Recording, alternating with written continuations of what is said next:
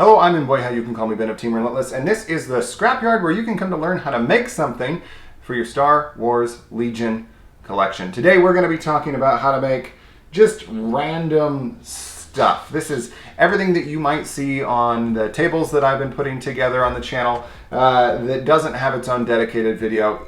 In some cases because the video file got corrupted, and in some cases just because it didn't deserve a full video, so I wanted to make a compilation to quickly throw together some inspiration and some basics for you in case you see any of these pieces and are wondering how they're made, so that you can make them or make your own versions of them on the cheap at home. So we're gonna go from your left to right and kind of go over what each of these pieces are. This I'm gonna start. Probably shouldn't start with the one that I'm the least happy with, but this is the one that I'm least happy with. This is for my feed table that I made, and it looks just like a spray paint can, and that's my bad. I didn't think that one through enough. So this is a good example of how you can make something out of different pieces and then be a little disappointed with the final result. But this is actually a baking powder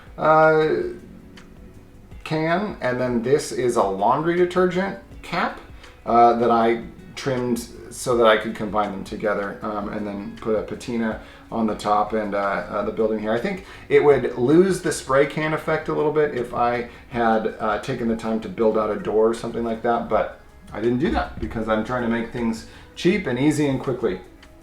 The next piece that I made is also for the feed table. This is a big monument, is kind of what I was going for with this. And it feels like feed because of the tops here, and I wanted them to intentionally be flat because a lot of the things in the feed table have domes and you can't get up on top of them, so these are intentionally flat pieces. And the tops are just plastic from the tops of like cashews and peanuts lids that I trimmed up, and then this material here that I made the cylinders out of is actually the core of landscaping fabric, which is really thick. So this is a really big, heavy piece, for better or for worse. And I just, glued them together, made a little cardboard base for them, hot glue, and then primed it and painted it. And that's that.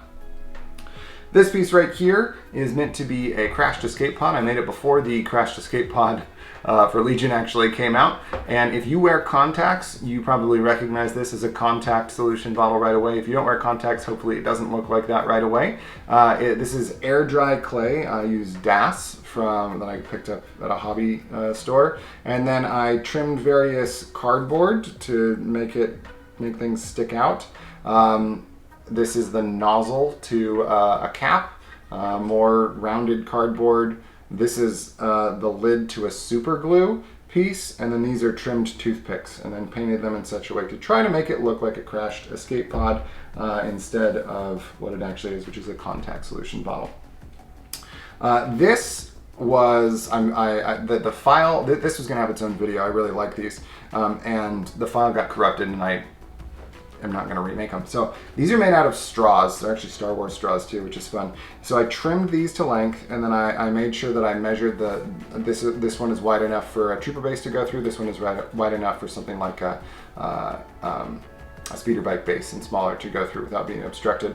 And then I glued them onto, again, just cardboard from the inserts that come with all the Star Wars Legion units. So that cardboard is really useful to keep. And then I filled them a little bit with super glue so that as that dried, it would be hardened. And then I kind of went across the top to give it a texture. And then the railings, the straws, I actually had to very carefully cut with a hobby knife and notch together, and then seal with super glue again. So they're pretty sturdy, and dropping super glue in the top. Then just sprayed it, and then dry brushed it 2 different shades of brown, and it's done. If you wanted to go the extra mile on this, you could you take string and tie it around and make it look like the railings have been tied together with string. So those are those bridges. Both of these were made in the same way. You can find great tutorials online for how to make these. It's just expanding foam that you use. You buy a can of expanding foam, you put out a baking sheet, you spray it in a garage or somewhere, and let it expand over time, and then you carve it with a hobby knife, and that's it. When you carve this, it's harmful to breathe it in, so you make sure that you wear a mask and eye protection. After I carve them, I take spackle and I kind of seal the bottom up so it's a little bottom heavy, and it also will take paint. Actually, I spackle the whole thing, so you can see there's spackle on the bottom where it's not painted, again spackle on the bottom where it's not painted, and then you need to be cautious about spraying this with a primer. I didn't spray this with a primer because it can melt the foam. So spackle it up. If you got enough spackle on it, you could risk spraying it, but after going through an hour of carving a bunch of these, I didn't want to have them all melt on me by spraying it. So I used really cheap paint and painted it by hand. Just 3 layers of paint on each, basically going through black to brown to gray here, and then black to orange to yellow, effectively, to get the texturing effects. Excuse me. And then I flocked this one, which I regret because the flock comes off and it's kind of gross. But the flock helps draw your eye to where minis can stand. The one thing that you want to, if you build things like this, the thing to think about is creating surfaces for things to intentionally stand on and intentionally not to stand on. So keep in mind that you have a plan for what can stand where, and keeping in mind if you have stairs that you can fit a mini on the stairs so that they can stop partway up is an important thing to consider. The other thing, and this would be kind of a counter example on this one, I made this before the scale keyword existed, but I guess clamber did exist. Technically, a unit standing here that scales or clambers would kind of teleport all the way up here because there's nowhere else for it to stop. And so that's not ideal. I mean, it's giving it a free, 4 or 5 inches of movement, which isn't good. And so that's the other thing to consider if you are making a piece like that, is trying to avoid long slopes where things can't balance. Last and not least are the redwood indoor trees that I made, and I will link in the description the video from Tabletop Oddity that I used to make these.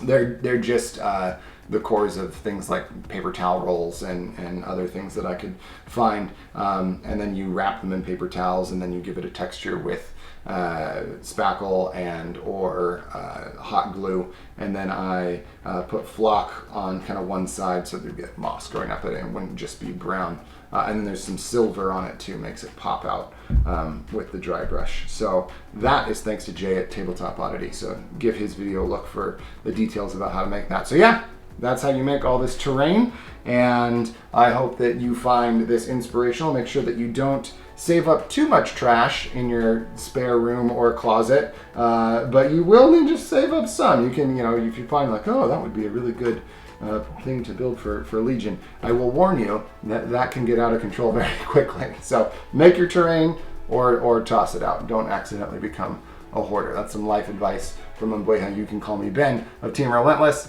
This has been The Scrapbook.